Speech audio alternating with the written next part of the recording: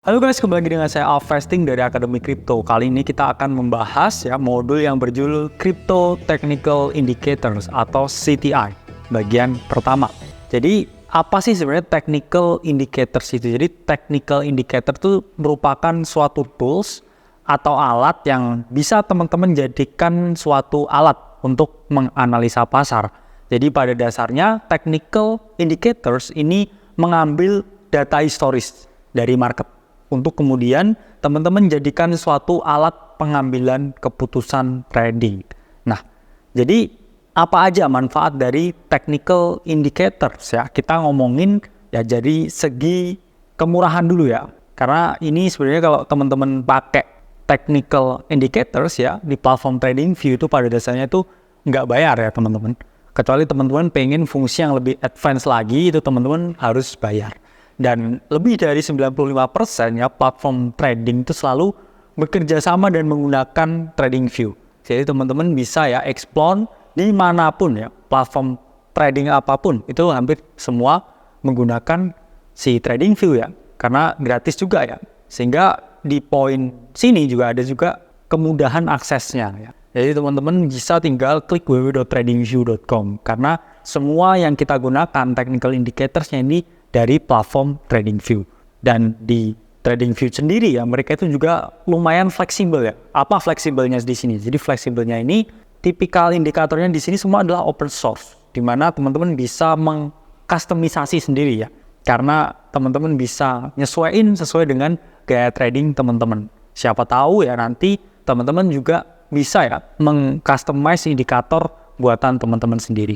Jadi fungsinya atau manfaatnya technical indicators ini yang utama itu adalah mengkonfirmasi bias. Ini misalkan teman-teman punya bias long ya atau bias short ketika market akan turun, teman-teman pakai technical indicators ini untuk mengkonfirmasi bias yang teman-teman miliki. Jadi tahapannya gimana technical indicators ini? Jadi pada dasarnya technical indicator tuh sama ya teman-teman kayak research.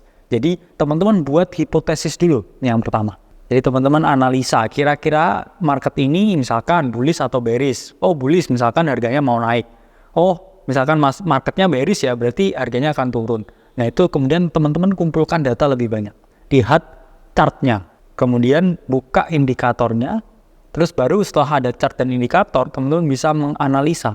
Oke saya lihat chart patternnya. Oke saya lihat market strukturnya. Ini bullish ya ini bearish. Baru dari situ ya teman-teman nanti bisa cocokkan konfirmasi dengan indicators. Oh bener nih bullish ya indicatorsnya berkata begini juga. Oh ini bearish indikatornya berkata begini. Nah itu bisa teman-teman lakukan ya dalam proses analisa data. Baru kemudian teman-teman buat simpulan. Oke marketnya bullish ya indikator saying bullish. Saya juga akan mengambil posisi long misalkan di situ. Baru yang terakhir ya ketika udah ketemu hasilnya entah itu berhasil atau gagal. Teman-teman lakukan evaluasi. Evaluasinya gimana ya? Misalkan saya sudah menganalisa ya, membuat hipotesis market naik didukung dengan indikator. Ternyata marketnya ini turun ya. Saya loss ya, ke stop loss. Terus ketika teman-teman berhasil misalkan ya, biasnya sama ya, kemudian alatnya sama dan ternyata hasilnya juga benar. Itu bisa juga teman-teman jadikan alat suatu evaluasi. Kalau memang analisanya ada yang salah ya, teman-teman lihat lagi, backtest lagi, letak salahnya di mana. Jadi itulah fungsinya melakukan evaluasi setelah menggunakan technical indicators. Nah, jenis indikator sendiri itu ada 3 teman-teman. Satu adalah trend indicators, 2 oscillator indicators, dan yang ketiga adalah volume indicators. Pada dasarnya trend indicators itu merupakan indikator yang teman-teman gunakan ketika teman-teman hendak mengetahui tren pergerakan harga. Apakah itu naik, turun, atau sideways. Kemudian oscillator ini digunakan ketika teman-teman lihat momentum di market. Apakah market ini jenuh naik atau market ini jenuh turun. Ketika market ini jenuh turun ya ini dia ada di keadaan yang oversold. Sehingga ada kemungkinan ya market mengalami bounce. Tapi kalau market ini di keadaan yang overbought ya atau ada potensi koreksi ya ini berarti teman-teman bisa mungkin melakukan short sell di sini.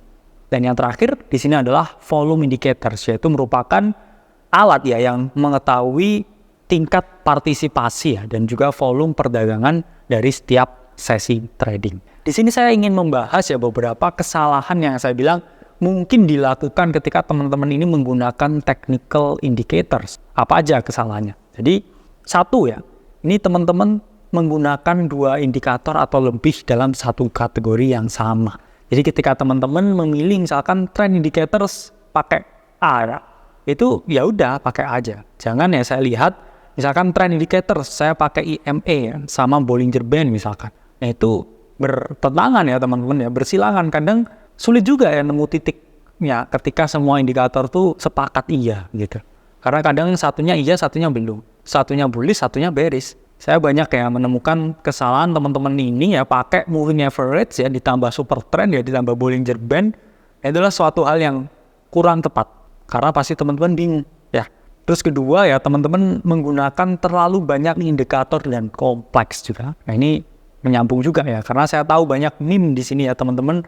Ini yang pernah menganalisa TA ya, tapi semuanya di trading view-nya tuh full ya, gambar-gambaran indikator-indikator. Itu kurang efektif juga ya teman-teman.